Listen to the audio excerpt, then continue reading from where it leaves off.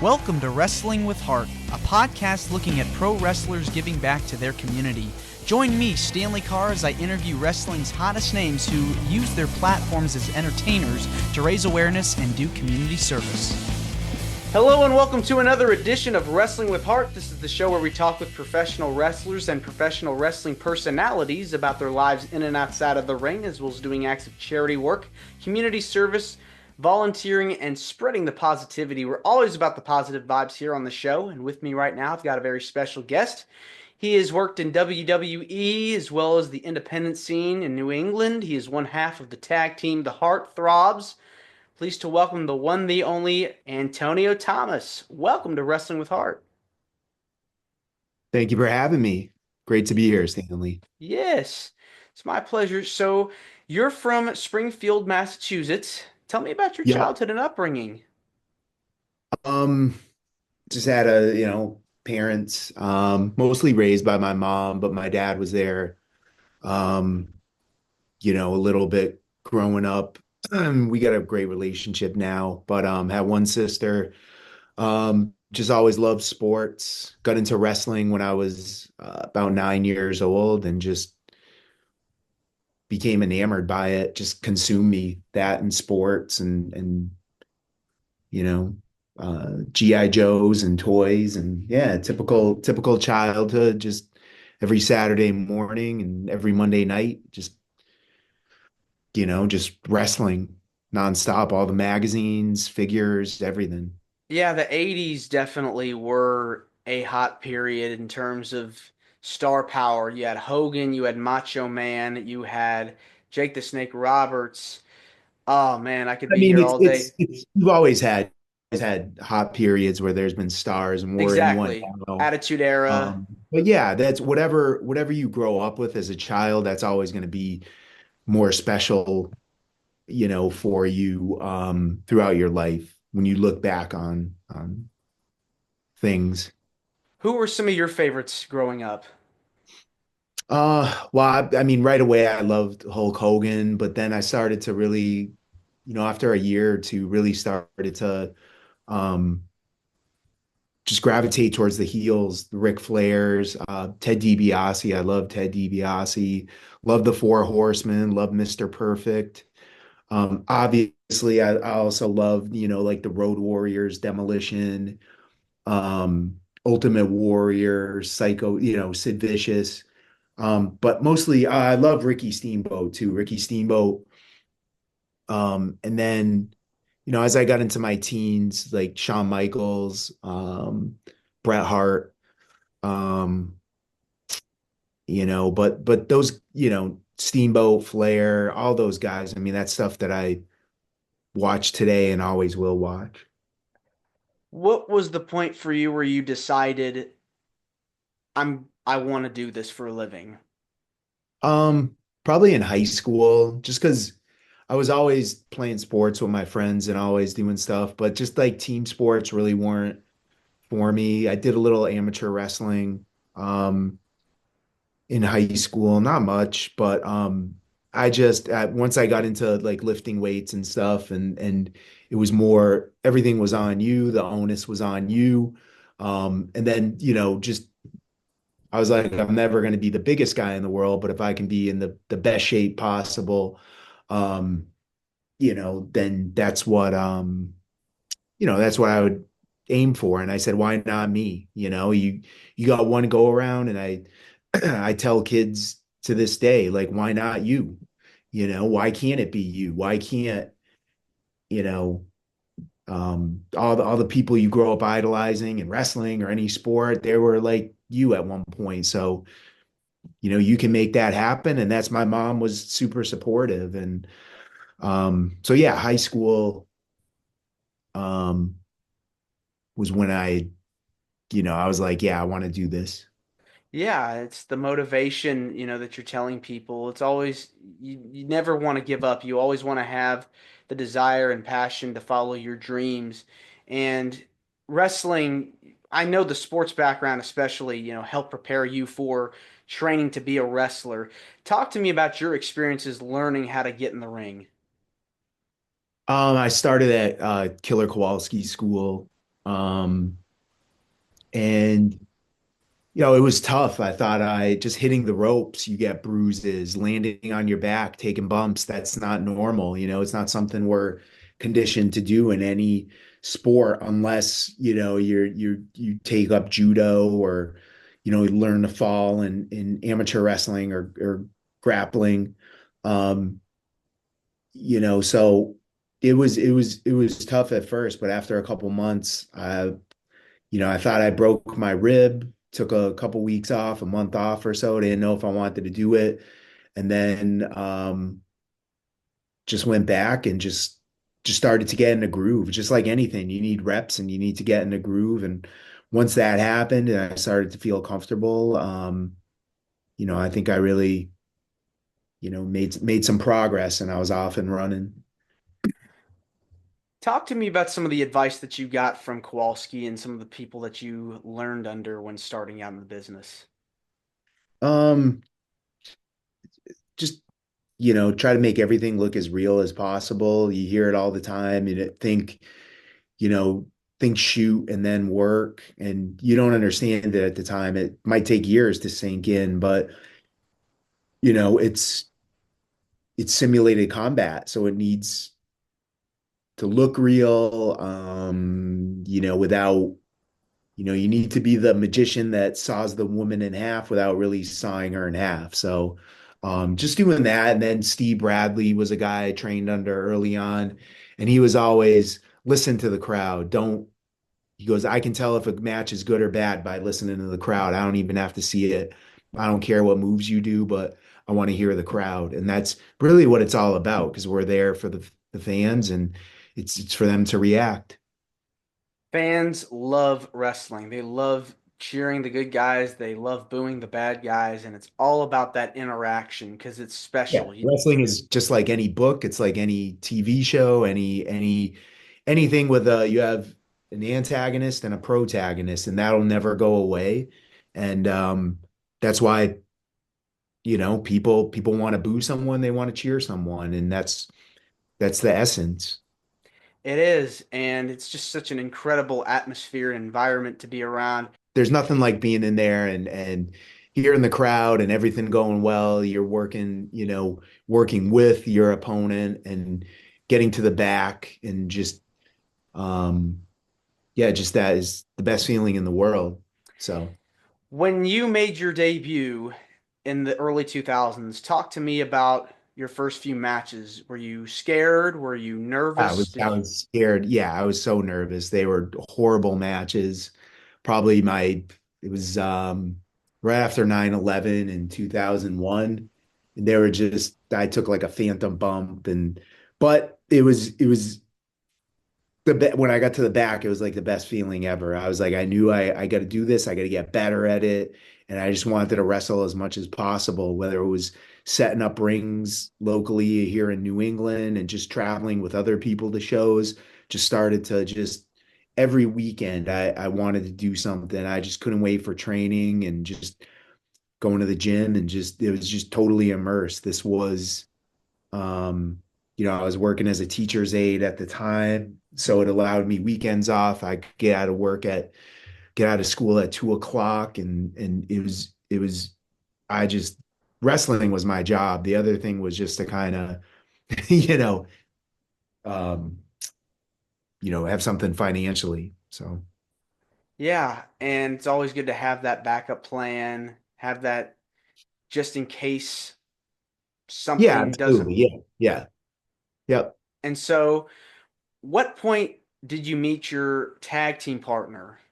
I met him early on in my training before I even had a match. I started training at a place closer to Springfield because it was like 10 minutes away, and I met him there.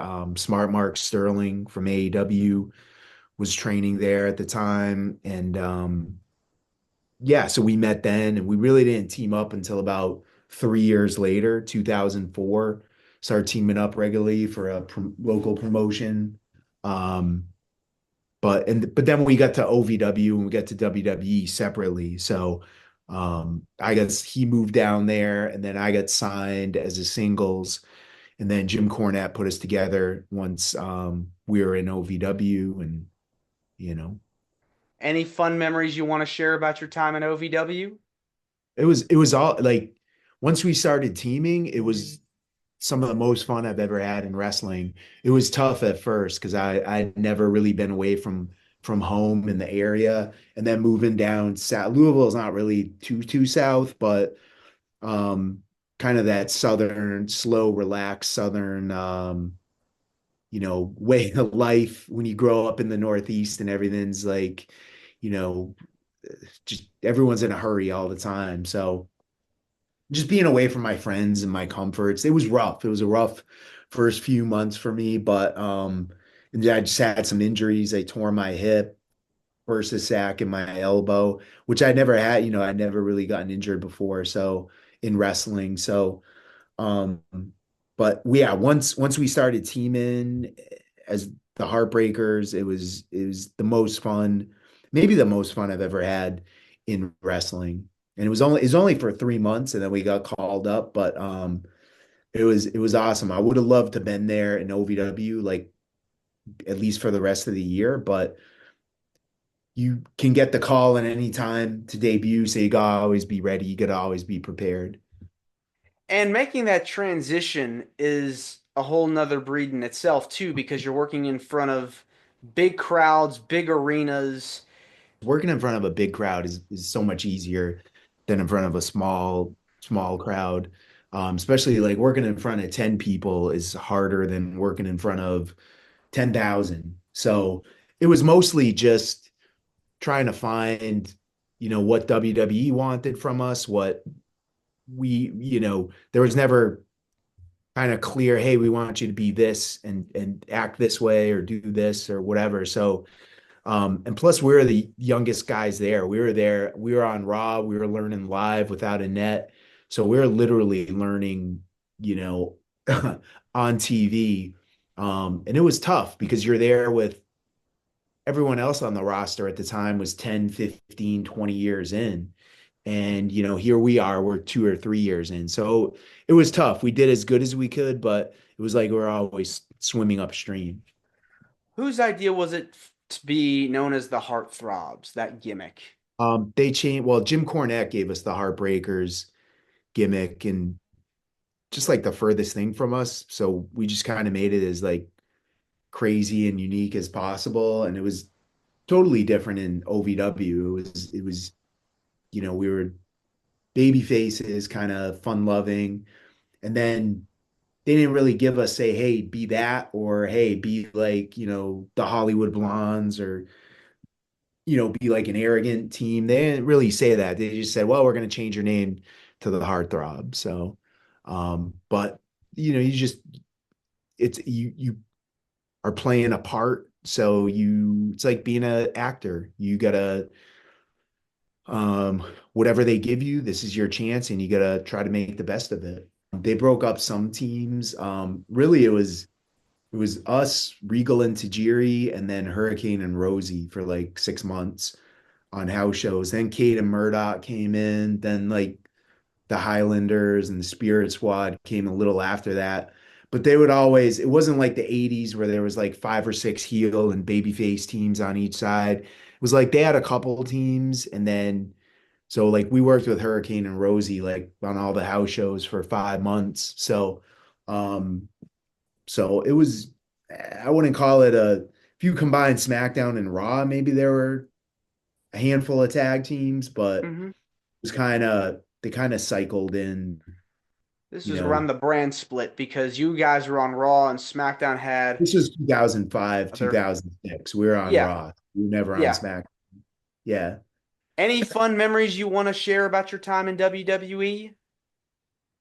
I mean, just usually every house shows, I guess. TV can always be stressful and whatnot, but house shows where you could just go out and, like I said before, react to the crowd and just react to what's going on in the ring and just kind of have fun, kind of go out there and, put a few things together and then react to the rest. So,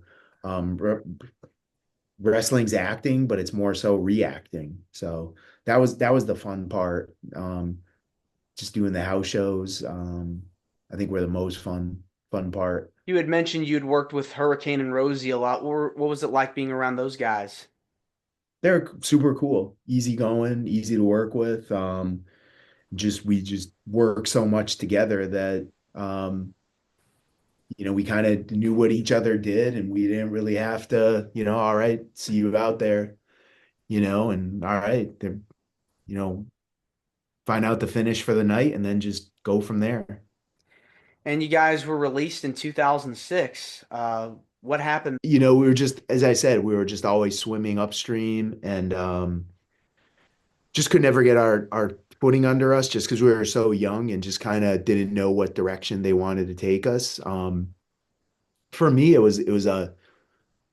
it sucked, but it was kind of because that was my dream, but at the same time, it was a relief because then I could go back to the Indies. I could go, was able to really never saw the world. Went to Puerto Rico and England with WWE, but never got to, until I got out of WWE, I never got to go live and train and wrestle in Japan, go to Europe, go to Puerto Rico, go to all these places, go to Ring of Honor, go to TNA, do all that stuff that I did. I've been in wrestling 25 years. This is my 25th year in wrestling, coaching, Congratulations. training or wrestling, and pretty much been wrestling every year through that. So, um, the WWE time was just a couple years, so that's a very small part of it. So, again, it's like being a character actor, and you gotta, whatever your part is, whatever your role is, you change it to whatever the promoter or the director needs. Yeah, I mean, you got to work in so many different countries and get to see different parts of the world, as you said. It is different because when you're in one company, yeah, you go around the world to some, but when you're on your own, you experience it differently. So it's like a night and day difference almost. Yeah, it's honestly, it's good to have a balance of both. The paycheck and being on the biggest stage is the biggest thing, but you want to be with the best, and but you also want to have that freedom to be yourself and to it's cool to it's cool to make your own schedule and sell your own merch and do that stuff and for yourself. It's cool until it's like not cool anymore, and then you're like, man, I just want my flight sent to me. I just want this paycheck so it's a balance. Do you keep up with the product at all today? Yeah, I mean, still wrestle. I haven't wrestled. I never did the heartthrob stuff outside of WWE, just Chikara afterwards. And the last 8 years, I've wrestled as Thomas Santel, which is kind of a takeoff on a grappler. George McFly met Lou Thez. So, um, and that's kind of how I got to Beyond Wrestling and doing the school now with Beyond and just kind of got out on the indies doing that. Yeah, I watch, I try to watch the WWE pay-per-views, premium live events. I try to watch, my wife actually watches wrestling more than me. She'll watch Raw. I'm, with a little one at home, it's harder with TV time and just time in general. So I watch a lot of like older stuff, or there's a couple really good Twitter feeds that have, this day in wrestling history, or will post some great, some really good matches. So stuff like that. But I follow it, but not as intense as before. I have to watch more old stuff just to study just for myself as a trainer um, to keep my skills as a trainer sharp, like, because there's a lot of things you do when you're a wrestler or when you're training where you don't really think about, but then you get asked that question, hey, how do I do this? Or what? You're like, I don't know. I just did it. So then you got to kind of go back and really analyze stuff and pick things apart. And I love doing that.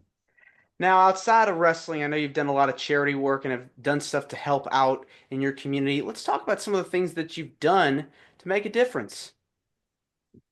Just so I got into teaching in the last time I was in Japan in 2010. I broke my collarbone, tore up, everything in my shoulder.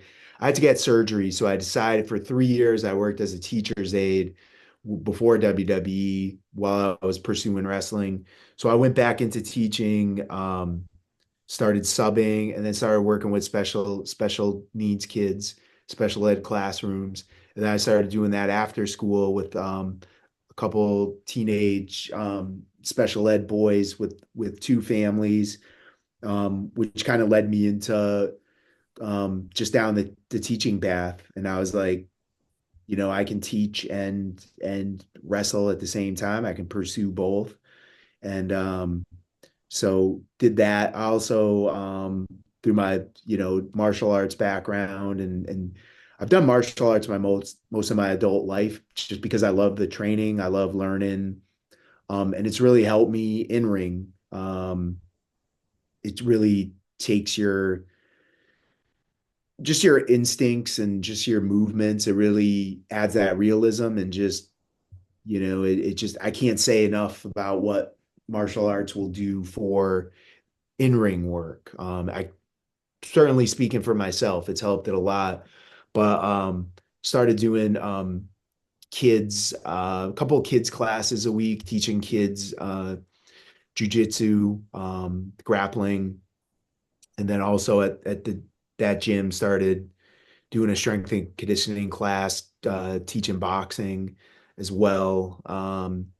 And through my teaching, I'm a health and PE teacher by trade the last 8 years, but did a lot of special ed. I was in 5 years. I was a adaptive health and PE teacher in a private therapy school, which was really fun.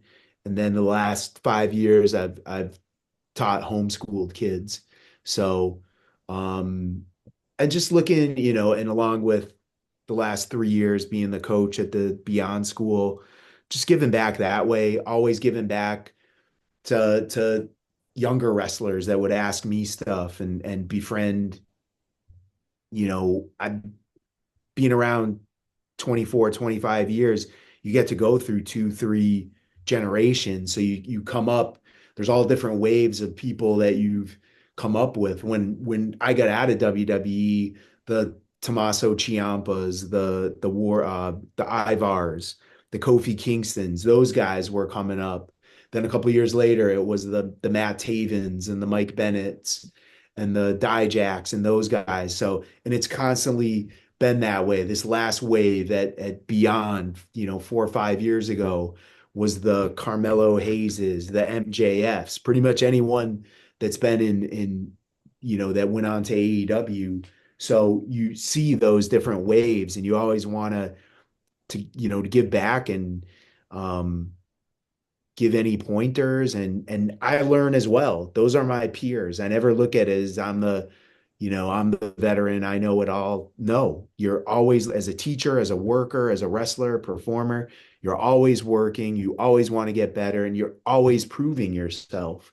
So, um, so you can't ever lose fact of that you always want to improve, and you always really, to whether it's to yourself or to other people, you gotta prove yourself. What is it about being a teacher, being a coach that gives you the most joy? Um, just helping others and seeing the building the relationships, having kids that you had 5 or 10 years ago, seeing them, out at the grocery store and saying, oh, hey, having those relationships. And you when you get an email or when from one of your students saying, you're my favorite teacher, I love you, make health and PE fun, you made school fun for me. Um, because I really never had that as a student. I hated school. So I want to make it enjoyable. I want to make kids want to learn. So that part of it, being a health and PE teacher, obviously I'm like the toy section of the school subjects. So it's certainly helps to do that. But I've taught all subjects, so it's about making them fun and making them relatable to the kids, and to have them come back and say, "You're my favorite," or "I loved your class. You had my favorite class." That's what makes it worthwhile. Definitely helps to teach something that you love and are passionate about. And it's so cool that you're able to help make a difference in these students' lives. Yeah, I love doing it. Thank you. All right. Well, this has been wonderful getting the chance to speak with you. I want to say thank you for coming on to Wrestling with Heart. It means a lot to me and to my listeners and viewers that are watching this on YouTube. Where can people find more about you? If you have any social media handles or anything you want to plug, feel free to promote. Yeah, so Beyond Wrestling and Wrestling Open, you can find those on Twitter. And then Bio Pro, Beyond Institute of Pro Wrestling. It's at Bio Pro on Twitter. That's our school. We've been, going on for 3 years now, in our third year, and graduated six students last year, and more to come. And just if you're interested, if you're in the Northeast and you want to train up here, I mean, if you know Beyond Wrestling has a 16-year history of pretty much everyone that's been, half of WWE and AEW have been there, been through there. So, you can, if you're interested in training, Beyond Wrestling at gmail.com will take you, to get in contact with the school. And yeah, that's it. So not really about me. I don't really go on social media a lot, but yeah, Beyond Wrestling, Wrestling Open, and Bio Pro at Bio Pro on Twitter. All right. Well, thanks again, and you're more than welcome to come back. Thank you, Stanley. Thank you for having me. All right. Take care. This is Wrestling with Heart. I hope you found this podcast to be informative and entertaining. If you did, please hit the subscribe button and look out for the next edition.